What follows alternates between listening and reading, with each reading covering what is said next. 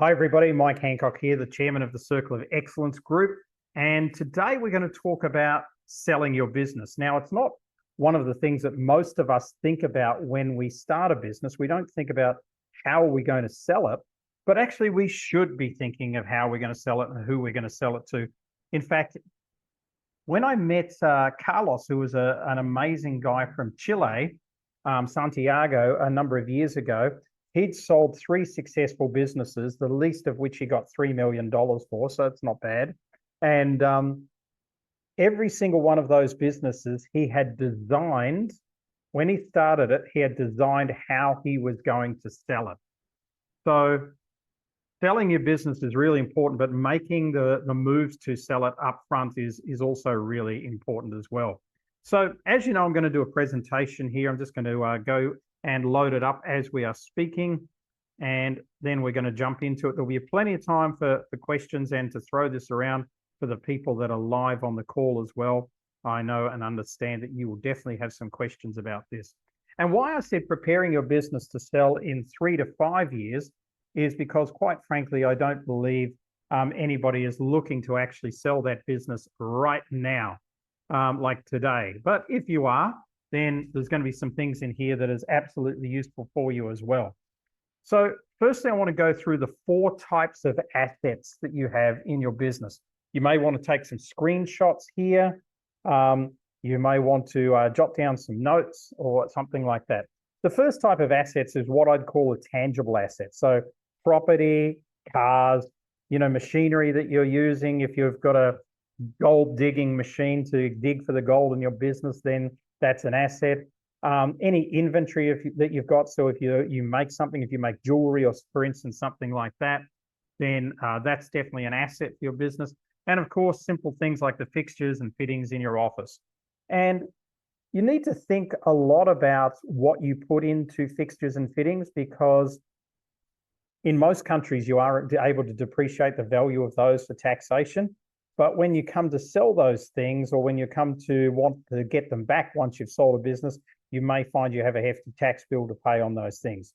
For instance, in one of my companies, all of my guitars are assets in that company. So, when I come to sell that company, if I do, I've got to really have a plan of how to get those back out without paying a bunch of money in tax. The second type of assets are intangible, goodwill. The asset says there the value of the business's reputation, its customer base, its brand recognition. Most accountants will tell you goodwill isn't worth anything unless you're Coca-Cola. That's not true.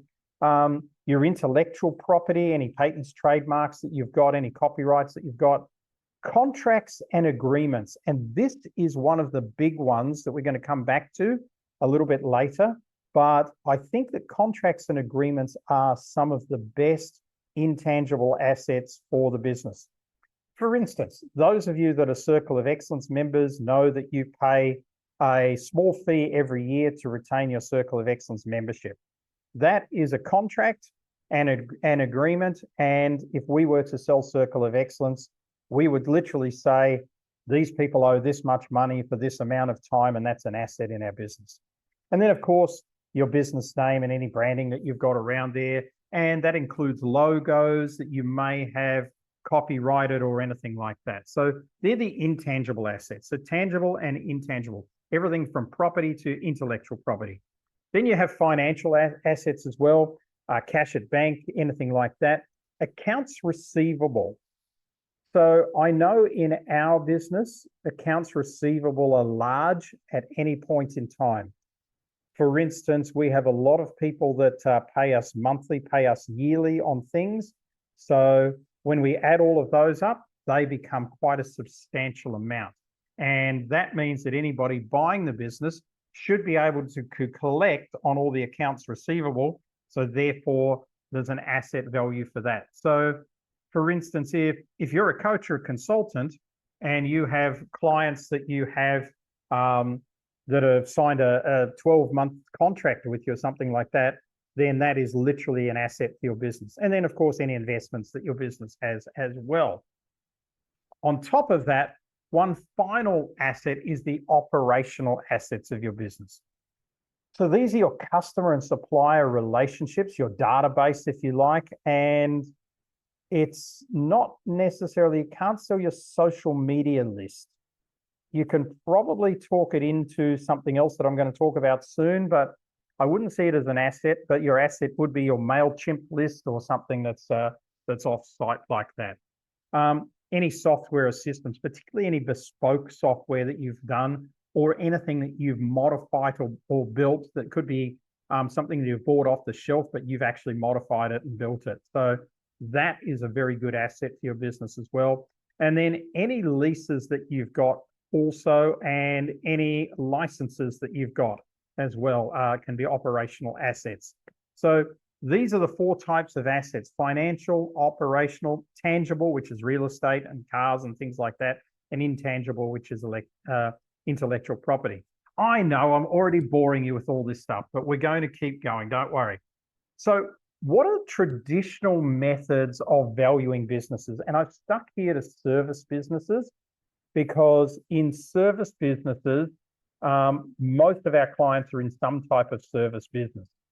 So the first one is earnings before interest, taxes, depreciation, and amortization. Okay, amortization means something's worth this now, but it's worth that in the future.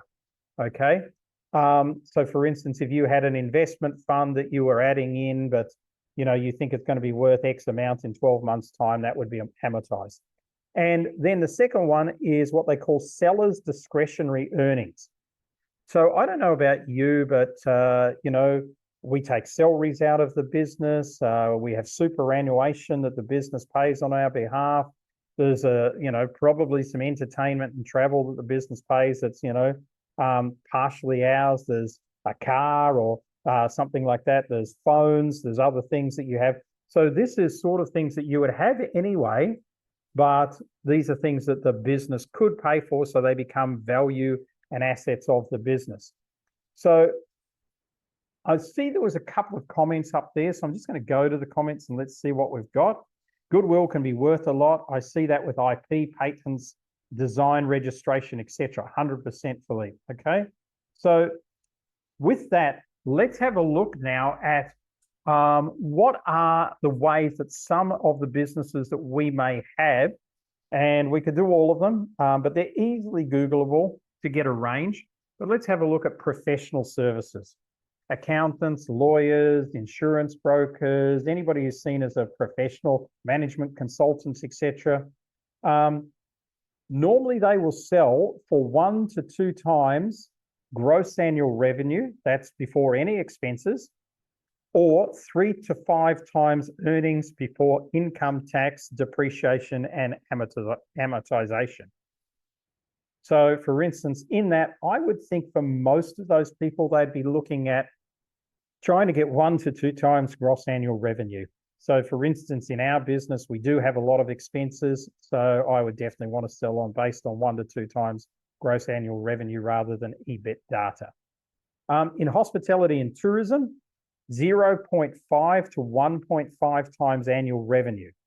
Now, that could mean, depending on how long you've been in business, depending on what type of hospitality environment you have, or 2 to 3 times seller's discretionary earnings. So if that business is paying for a car, your lifestyle, your private yacht, your jet, etc., then you might be in good space there. And then IT services, and I see we've got Gavin on the call today. Hi, Gavin. Your business is for sale at 2 to 4 times EBITDA, so earnings before income tax, depreciation, or amortization, or 1 to 2 times annual recurring revenue. Now, you do have an annual recurring revenue. I know that because you sell contracts. So basically, you could earn, if you want to sell your business, between 1 year and 2 years worth of that revenue. That's top line revenue before expenses, before staff, etc.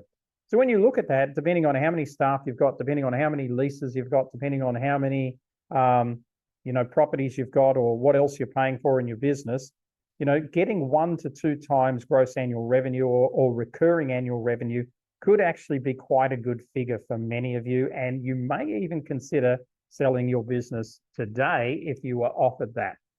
So this is just a little bit of background to sort of get you thinking about this, because, you know, it's rare that we have anybody on these calls who's under 40. Okay. When I say that, I know we have them, but it's rare. So most of you are over 40. So you should be looking to turn over a business at least once or twice in your life so that you can basically get a nice chunk of change before you move on to the next thing as well. Let's move on. This is what I call the business valuation matrix. And it's really, for me, the 4 key areas that if you work on these, that you can really get a nice business valuation going for your business, like a real business valuation. So one of them is strategic value, and I'll explain that in a minute. The second one is story. Yes, your business is based on the story that you tell. It's crazy that you can make money based on how well you tell your story, but you can. Just like you can get clients on how well you tell your story, you can get a greater sale for your business on how well you tell your story. It's based on hard assets. We've looked at those, property, the systems that you have, software and things like that, but it's also based on what I call the system. And that is how refined your system is, that I can walk into your business today, take over, and that it'll work for me. So that's what I mean by your system, okay? A business that has little value is a business that I walk in today and I've literally got to rebuild systems, and this doesn't work. And how does how does acquisition talk to servicing, talks to the IT, et cetera, et cetera. That's not going to work. An integrated system creates a lot of value in a business. Let's dig into a couple of these. And by the way, if you have any questions, just put them in the chat and I'll get to them. So I mentioned strategic value as a focus. I look at this as being, what's your wow factor, right? That's going to make somebody go, wow, I have to buy this business.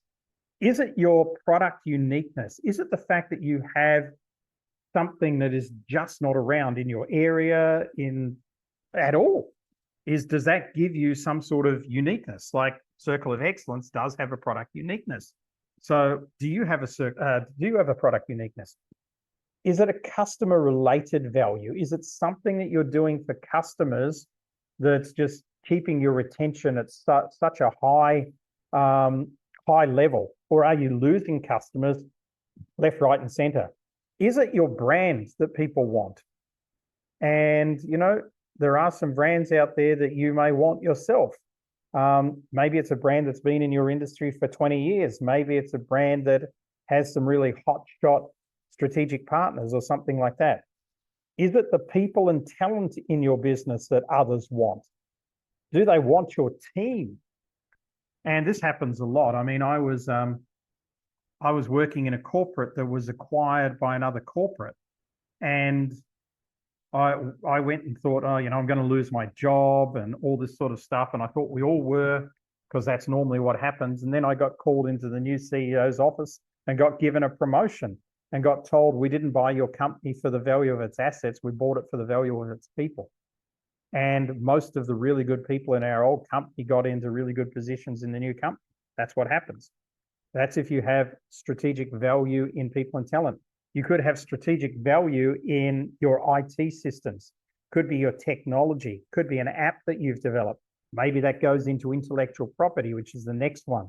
There could be a real strategic value in your intellectual property. Maybe you've come up with a system of doing something that nobody else has, but is really starting to gain traction and somebody else would want that system. Maybe it's the fact that you happen to be geographically located in a place where somebody else wants. We know for Circle of Excellence viewpoint that a lot of our buyers will be Americans, and we know that we have something to offer them because they are not operating outside of America, and we operate globally. So we have we can give them a global business in the sign of a document and the writing of a check, right? So do you have geographical value? Do you have distribution channels that somebody else would want? Is there something in the way in which you get your product to market? There's something that would help somebody else get their product to market. And do you have a wow factor? Is there just something that's really wow about your business that would make somebody else want it?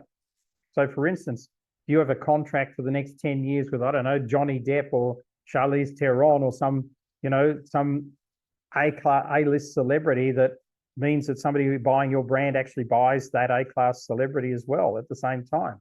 So there's some of the things that add strategic value. Let's move on to story, which is the second part of the matrix. So the second part, I call it your irresistible exit story. And so this is the story that you have to write, that you tell everybody of the reason why you are leaving your business. And sitting behind this is why. So not, oh, I'm really tired and this is such a hard business and the industry sucks. Nobody's going to buy that, right? It could be the fact that you've just got to a point where you've run out of ideas. It could be to the fact that you have always been able to build businesses to this point and can't build them any further, and you give them to people who can. So it's up to you. How you've done things cheaply is a really good story, and I'll tell you what that means. It doesn't mean how you've saved a penny here and saved a penny there. That's not what I'm talking about. What I'm talking about is how you have really just given the basic levels of everything to your clients and it's still worked. And so what you're saying is, you're saying to the buyer, there is so much more room in this. Nobody's going to buy a business that's already at the top of its game.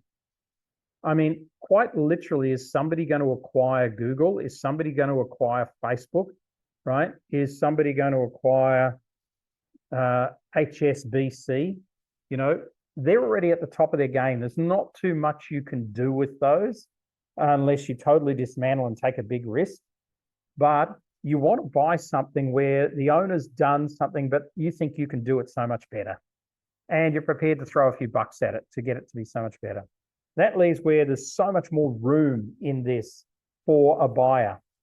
You've got to leave fat in this for the buyer. So it's not that you try and screw everything out for yourself. There's got to be some fat in this for the buyer. Your irresistible exit story could be about the future of the marketplace. It could be about the future of going global, and because of your family issues, you don't want to, or something like that. Your irresistible exit story should include the fact that you've been a highly sustainable and profitable. So they're all the numbers that accountants wants to see, right? But you can sell a business for a really good amount if you don't necessarily have profit. I mean, so many times you've seen online that businesses that have never, ever, ever made any money have sold for an extraordinary amount of money. I remember WhatsApp being sold years ago for $18 billion. It didn't even have a revenue system at the time. So sustainability people are looking for, that keeps the accountants happy.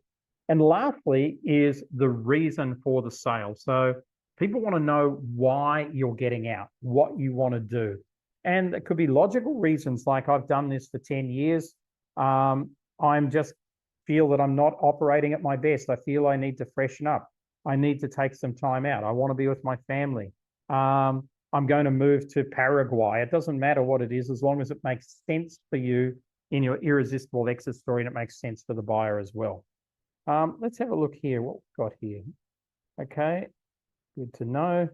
Andrea, the big ones for us, the Brisbane Olympics 2032, those contracts are gold. Exactly, right? So that's really good. So there may be something, just like Andrea says, in what's that, 8 years, they're going to have the Olympics in her city. So if she can get an Olympic contract and then sell this business with that contract, it's going to be far more value.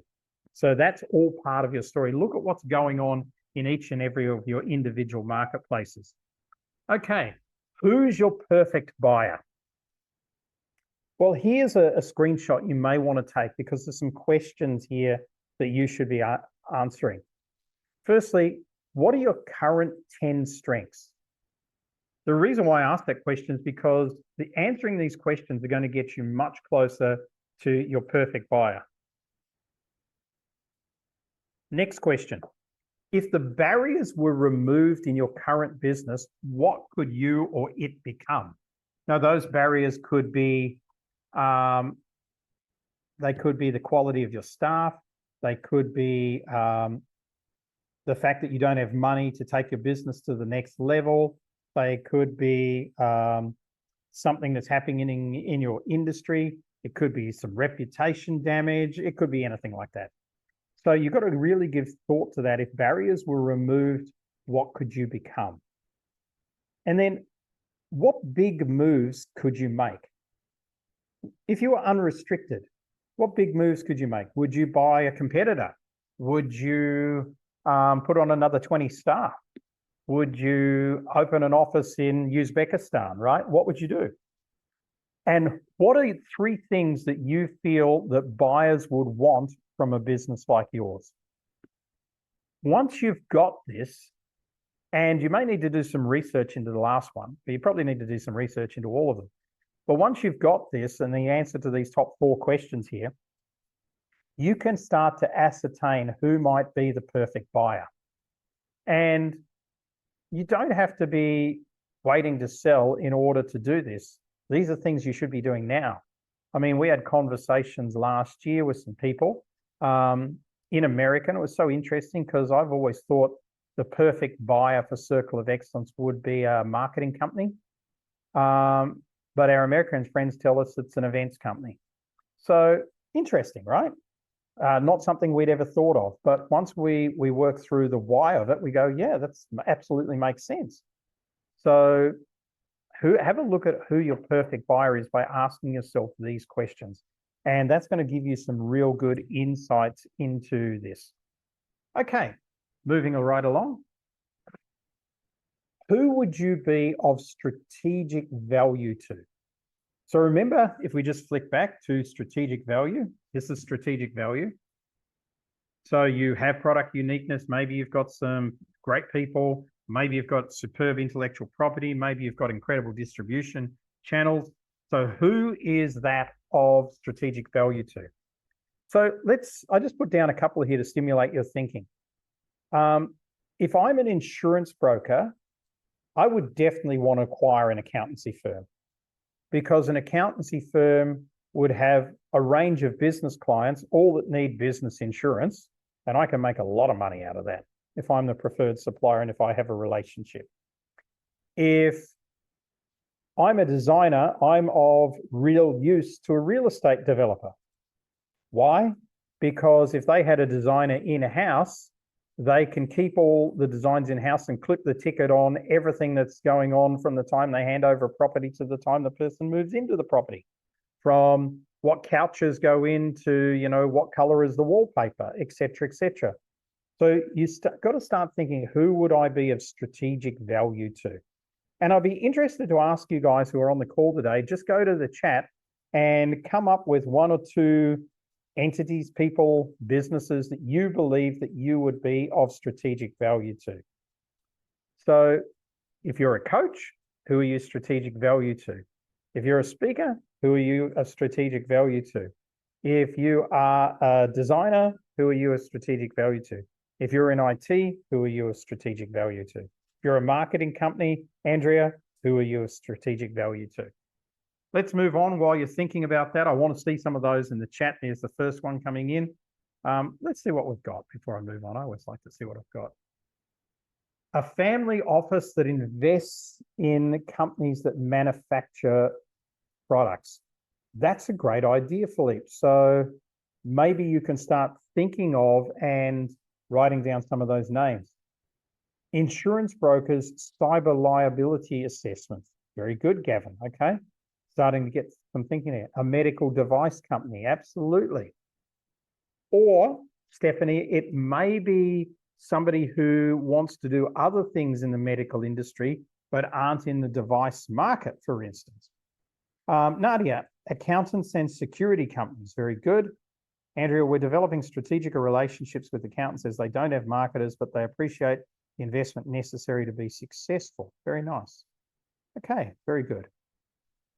First step, whenever you're looking to prepare your business for sale in 3 to 5 years, you need to get your house in order. And what I'm talking about is the system here, the system of your business. So this is as simple as, and I think it's in module 12 of the Circle of Excellence 12 modules. But I think it's as simple as creating a operations manual. Now, this would be digital and online. It doesn't have to be hard copy, but hard copy is really useful when you're selling something. And in that manual, you would want to have all your branding protocols. What are your colors? What are your fonts? What are your key statements? What's your mission, vision, and values? What are your values, etc.? You know, what's your one sentence to the world? What are your three words? All of that stuff. Then your workflows. So the phone rings. We answer it after 3 rings. Then we push them to either new business, customer service, or whatever else it is, etc., etc. That's a workflow. So having those workflows, documented flow charts, etc., etc., really good. Templates. This is our assessment software. This is how we take a client through a strategy session. This is how we implement this procedure with a client. That would be a template. Training videos. Can't tell you how important they are. Loom and Zoom, right? Loom and Zoom. So whenever you're doing something online, for instance, this has been updated at least with us in the last couple of years. So we use a marketing funnel software. So we will be building out a marketing funnel. So what we'll do is we'll just turn on our screen capture software, and we will record us building out a profile, building out some type of funnel. And so therefore, as we're building it out, we're literally talking whoever we need to train through how it's done. And that's how you do it. So by the time you finish that, you've got folders and folders and folders of great training videos that anybody can come in and work out how to run your business right from day one. Your CRM package as well. So, you know, what are you using in terms of your customer relationships? How does that work? How does that integrate with the workflow and etc.? What's the training videos on that? Your financial systems. When do you invoice? What do your invoices look like? What's your credit control system, etc.? Your sales systems and your marketing systems. This is our funnel marketing. This is how we capture people into a first interview. This is how we pitch them, etc., etc. And then all of your HR contracts. For all the job profiles, up to date, signed, sealed, delivered, knowing what you're going to experience in leave, knowing what your leave issues are, knowing that if you had to retrench people, how much you're going to have to pay them, all of those sort of things in your HR system. Just as you go, now this might seem very all-encompassing, but it doesn't have to be. You just have to use your brains. So, you know, if you're looking at your brand at any point and go, oh, is my brand in my branding folder? No, quickly, let's put my mission, vision, and values in my branding folder. Okay, oh, now I'm doing a new funnel for this new event that I'm running. Oh, should I create a training video for that? Yes, I should. Okay, let's switch on Loom and capture that at the same time. CRM, same thing. Capture it on Loom or some other type of system as you go through it. That's the way to do this, and then build that out. And, you know, how many things have I got down here? 8 things. So these could be your 8 modules of getting your house in order. These could be your 8 modules of your operations manual.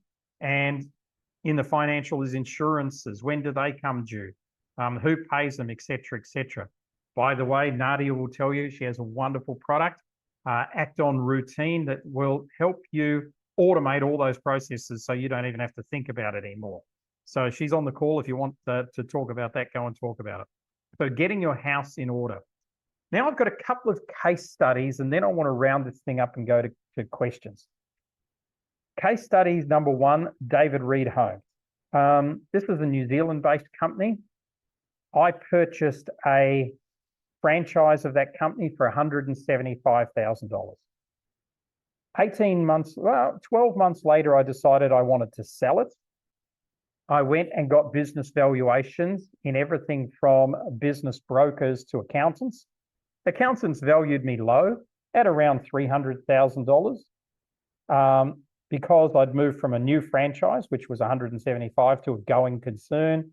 I had staff, I had contractors, I had a rented show home as a premises, right up to $900,000, which was what some of the more sophisticated business brokers said I was worth. I sold the business for $483,000. So what's that? Nearly 3 times my money in 18 months after I bought the business. But here's the thing that I want to share with you, because I want to tell you the story behind this for a minute.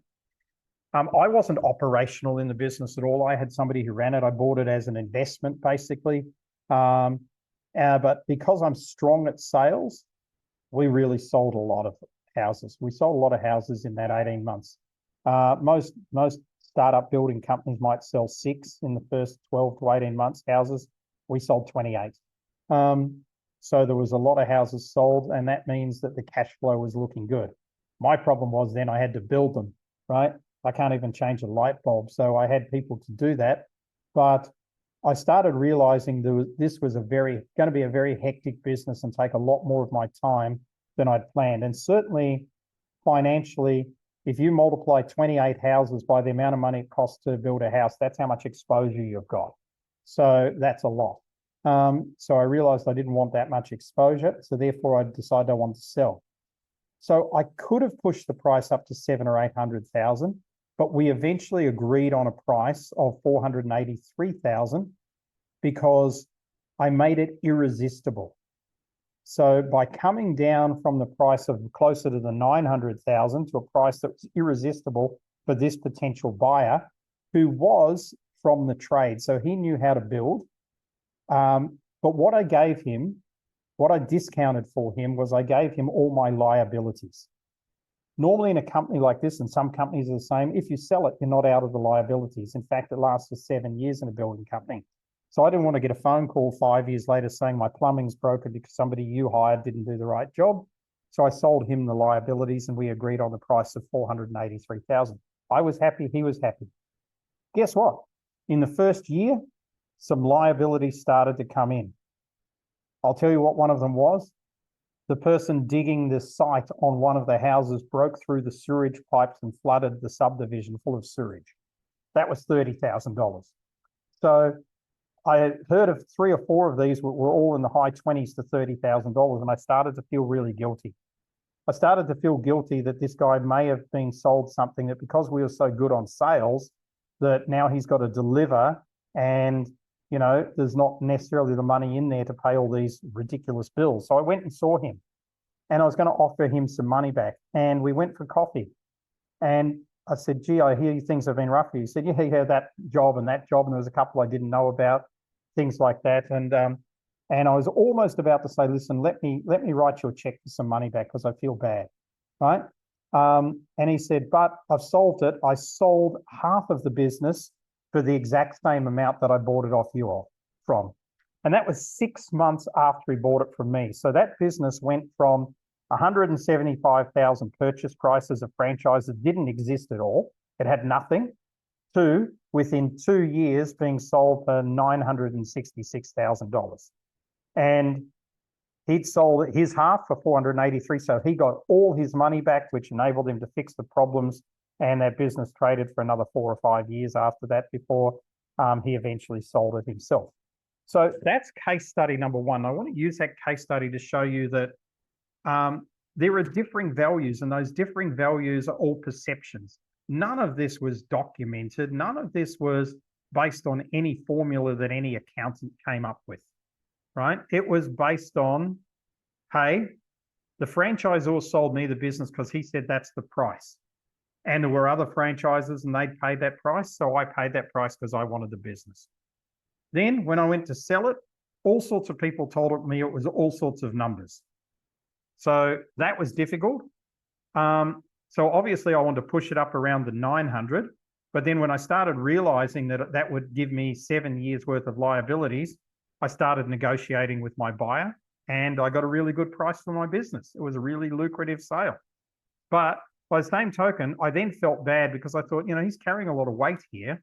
But lo and behold, he sold half of the business for exactly what he paid for it within 6 months of buying it for me. And he'd not made one more sale. Not one more sale had he made. So he only had the 28 sales that I had made. So business value are very relative to storytelling, history, and who sees what in the purchasing. By the way, who paid the 50% for the $483,000 off the builder that bought it from me? The answer was a real estate agent who wanted to get in the business of building. And guess what he could do? Sell real estate. So therefore, they had this sales problem solved at the same time. Let's have a look at case study number 2. This is Paul Englington. Now, Paul was a plumber. He was one of the first Circle of Excellence members. He joined in August or September 2011. So that's 13 years ago. Then about a year or two later, he wanted to sell his plumbing business and buy a retreat. But in fact, after thinking about it for a while, he came to me and he said, I'm just not going to sell this. It's not worth anything. I'm going to give it away. So I said, no, Paul, don't do that. I said, let's work on this. So it took us about 3 months, and we built out a system like an operations manual. We built out his customer list, and we got him, because he had a whole lot of regular customers, sent him around to sign service level agreements with all those customers. So now the business had some contractual value, which are agreements values, which I talked about earlier in this call. And guess what? He didn't get a fortune for the business, but he was able to sell it to another plumbing company for $25,000 that he never would have had. So, and this is 13 years ago. So let's call it $40,000 today that he never would have had. And it just took 3 months of him doing a little bit of work, which he was probably going to have to do anyway, just to wind things up. So this taught me a valuable lesson. And that valuable lesson was that every single business has a saleable value. It doesn't matter whether you're a lone life coach charging $90 an hour for your coaching, your business has a value. So I want to finish up and then we'll go to questions with 5 things to do right now. So the first thing is to get your irresistible exit story. So what is it that you can craft as a story that's going to make a potential buyer go, wow, this is actually really good opportunity for me. I should really consider this business.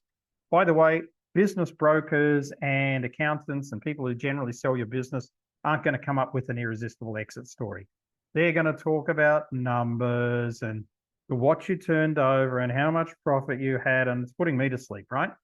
Secondly, you need to understand your strategic value. So, and what your strategic value may be to different audiences. So you have certain clients and they are of value to a certain audience. I know of property management companies that have been bought by investment houses because they're full of landlords who invest, right? So if you've got a property investment company with 1,000 landlords in there, then you're worth something to an investment house. In the property management era, you might only be worth 1 to 2 times your revenue, but to an investment house with the right story, right strategic value, you might get 3 times. So that 3 times is an awful lot more for you. So number 3, build out your system. So go and map out your operations manual. I've given you some perspective on how to do it. You can easily Google or go to module 12 in Circle of Excellence and have a look at that as well. And or you can Google it and find out what you should have in your operations manual. And then you can start to build that out. Loom and Zoom are your 2 best friends. Just remember that. Introduce yourself to perfect buyers. So who's a perfect buyer for you? A perfect buyer for you is somebody who understands your strategic value, who gets excited by your irresistible exit story, and who can take your system and improve on it. That's a perfect buyer. And introduce yourself now. You don't have to sell now, but you want to create a relationship with these people so that if and when you do want to sell, you can go to them and say, hey, I'm thinking of getting out. Do you know anybody who? And they'll go, me, I want to talk to you. Make sure that you're profitable and sustainable. Now, as much as I've just told you, plenty of businesses get sold that are not profitable. In fact, I'm not even sure our building company was profitable. I know it would have been. We made some profits. There's no doubt about that in the 18 months I had it. But when you have a startup, I mean, how many profits do you really make in the first 12 months? But I think it's very wise to make sure that you're turning a profit and that you can prove, particularly when it comes to the seller's discretionary earnings, that you can prove that The business pays for your car, the business pays for your laptop, the business pays for your phone, the business pays for your lunches that you shouldn't be putting through the business, et cetera, et cetera, et cetera. All of those sort of things. Make sure that if you just do those 5 things, then you'll be really, really set for selling your business and making some good money out of it in a few years. And it doesn't have to take that long. I'm just assuming you don't want to sell it right now. Let's go to the questions and to the chat. Okay. How to find the perfect buyer. Okay, I'll get a little bit to that, Greg. So, Loom, thanks, Philippe. So, Greg, how to find the perfect buyer? Firstly, is you've got to understand who your business is of value to. Hi, Greg. I hope you're enjoying Australia, by the way. So, your business may not be of value to people who do what you do in your industry. That's the first common misconception that I think that people selling businesses make. They go, oh, I have a tech business, so it is going to be of value to another tech business. That's not the case at all. It may be of value to something entirely different. So as I said to you, why did I think Circle of Excellence might be of value to marketing companies? Because we have a list of tens of thousands of entrepreneurs running their own business that needs marketing. So that's the reason we're of value to a marketing company. Why did our American friends tell us we're of value to events companies? Because they are in America, it's a tough market. They want to go global and they want to get footprints in other countries. And we have people that are used to coming to events. So that's why they thought that. So you've got to look at it from, that's the strategic value. You've got to really think hard about that, about who you're of value to. And then I think you've got to look at your story and who that might appeal to. So for instance, we are definitely of value to a husband and wife team that would love to do what we do, because we've proven to make a husband and wife team work, and people like a husband and wife team in our business. So that's part of our irresistible story, if you like. So part of your irresistible story, Greg, is the amount of time you've had in franchising in your life. So, and how you understand how to multiply businesses through franchising. So that could be part of your irresistible story. Any other questions that we've got from anybody? And also, what are you thinking at the moment about your own business? What has this triggered for you? Would anybody like to share? Hi, Rowder, by the way, nice to have you. Hi, Edward, nice to meet you. Lovely to have you here. And hi, Gavin. Gavin, was that a hand up saying hi, or was that a hand up saying you wanted to say something? No, just something to say something. So our business, all our SLAs are based on a month-to-month. It's just kind of an agreement that fell into place. Obviously, coming up to wanting to sell the business, I'll need to have those customers locked into a contract term. Does it make it more attractive? Absolutely, 100%. And already what you've got is, if you've got a month-to-month, and let's say your average client stays with you for 28 months, then already that's part of the selling value of the business, because whenever a new client is brought onto your business, you can assume that they're going to stay for 28 months. To get it contracted is just going to make that so much easier. If you contract for 12 months and it becomes recurring, that is going to make it so much easier. Okay, Andrea, I am repositioning to exit in the next 3 to 5 years. Perfect. So maybe you can tell us, Andrea, what are you doing to reposition? So we've got a few avenues that we're starting to put into play here. One of the first things I did was I had the current marketing company as a trading as, so it was trading under my main ABN, which you can do down here in Australia.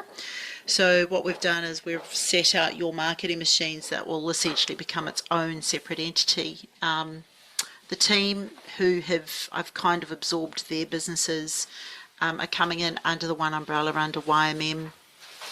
And so essentially they'll come in as the shareholders. What we've done is we're already looking at building AI products to provide more of a passive income. We're setting up our learning management system, our online programs through Thinkific, which will also provide another income stream for us. And also the services that we're providing are probably a lot more high end, but they do require us to be sourcing clients, a new sort of set of clients every 24 months. The fourth thing we're also doing is, and as I mentioned before, there's the Brisbane Olympics, touch wood, the new government doesn't cancel it. But those contracts are invaluable. So having contracts that are sort of 5 to 7 years out from the games, they're the gold. And even one of the things that they do down here is every sort of 2 to 3 years, they also put out government supplier panels. So we're working the process at the moment to become a government supplier, because once you've got those kind of contracts as well, that really adds to the value of your business. And just through following the COE program and I guess your guys' teachings, we're really starting to shore up a lot of our internal infrastructure. So a lot of our systems and processes, a lot of our models are all being finalised. So we've already got quite a fair bit in play. We're even creating things like implementation document plans, because we're a service. People go, what do I get? You know, if I spend 100 grand with you, what do I get? And of course, we provide something that's intangible with hopefully an outcome. So we've started to create implement document plans so that essentially we can show this is what we've kind of got to work through, and this is essentially where we're going to be taking you on this journey. So there's quite a lot there that we're really starting to bed down. The guys are taking a lot out of me in regards to what's in my brain, because, you know, when you've done a lot of stuff, you kind of just act on autopilot. And then I'll say something and they go, no, we don't know about that. So I've got to go to the whiteboard, draw it. And the guys now record me while I'm explaining something. So there's a lot there. We're building infrastructure, building passive incomes, building online management systems, building implementation document plans. So there's a lot. Beautiful. That's great. Thank you so much. And I think that's a really good synopsis of starting to make some good preparations for that. Thank you for your comment, Rowder. Is there anybody else that would like to say something or ask a question? Well, this is definitely something that I think that you should maybe go back and re-look at the recording as well if you are thinking of starting to position your business for sale. You know, we covered a lot of ground in about 40 minutes there, so there's definitely things to think of. Greg, I'll just read your comment here. I've been looking at the organisation teach people the opposite of what we are talking about today. They teach people to buy businesses, no money down. As you know, it can be easier to improve a business than to start a new business from scratch. 100%. So Aaron Sansoni, I know Aaron well, did some work with him probably 10 years ago. Now he's a really great guy based in Melbourne. So, they're good things to do, and you can really buy businesses pretty cheap as well. And that, remember, if you buy a business and acquire it, if it's got products or it's got client base or it's got something that you need, it increases the value of your business exponentially also. Folks, thanks so much for being on the call today. Paul, great to see you. I think I've mentioned everyone. Edward, great to see you here. And Nadia, Bert, I've missed Bert and Adila. So great to see you guys here as well. Look forward to seeing you again on our next Global Intelligence Update. I'll catch you all later. Bye. Thanks, Mel. Bye.